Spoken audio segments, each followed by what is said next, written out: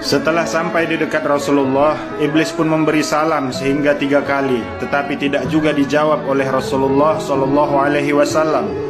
Maka iblis menjawab sendiri salamnya dengan ucapan alaihi laknat, aku makhluk terkutuk. Iblis berkata, ya Rasulullah, mengapa engkau tidak menjawab salamku? Bukankah salam itu sangat mulia di sisi Allah? Maka jawab Nabi dengan marah, hai musuh Allah, kepadaku engkau ingin menunjukkan kebaikan? Janganlah mencoba menipuku sebagaimana kau tipu Nabi Adam alaihissalam sehingga keluar dari surga. Habil mati teraniaya dibunuh Kabil dengan sebab hasutanmu. Nabi Ayub engkau tiup dengan asap beracun ketika sedang sujud kepada Allah sehingga dia sengsara beberapa lama. Nabi Daud dengan perempuan Uria. Nabi Sulaiman meninggalkan kerajaannya karena engkau menyamar sebagai istrinya. Dan begitu juga beberapa anbiya dan pendeta yang telah menanggung sengsara akibat hasutanmu. Hai iblis, sebenarnya salam itu sangat mulia di sisi Allah Azza wa Jalla.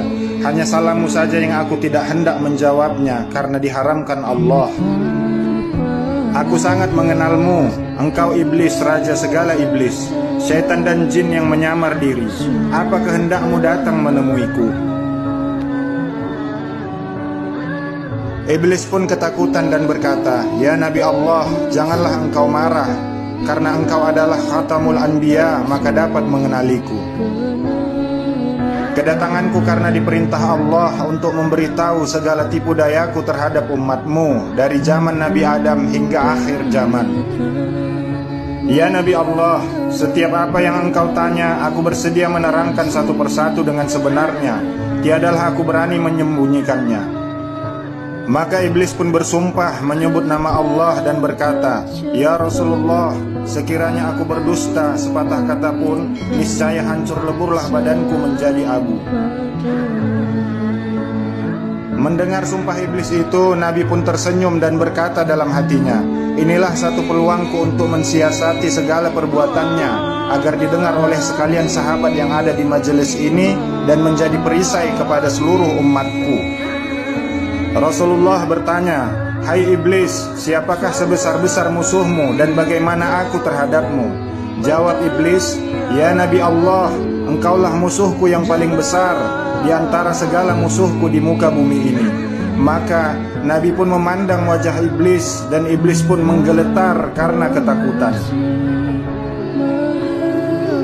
Sambung iblis, ya khatamul anbiya, adapun aku dapat merubah diri seperti sekalian manusia, binatang, dan lainnya hingga rupa dan suara tidak berbeda, kecuali dirimu saja yang tidak dapat aku tiru karena dicegah oleh Allah. Kiranya aku menyerupai dirimu, maka terbakarlah diriku menjadi abu. Rasulullah bertanya lagi, hai iblis, bagaimana perbuatanmu kepada makhluk Allah?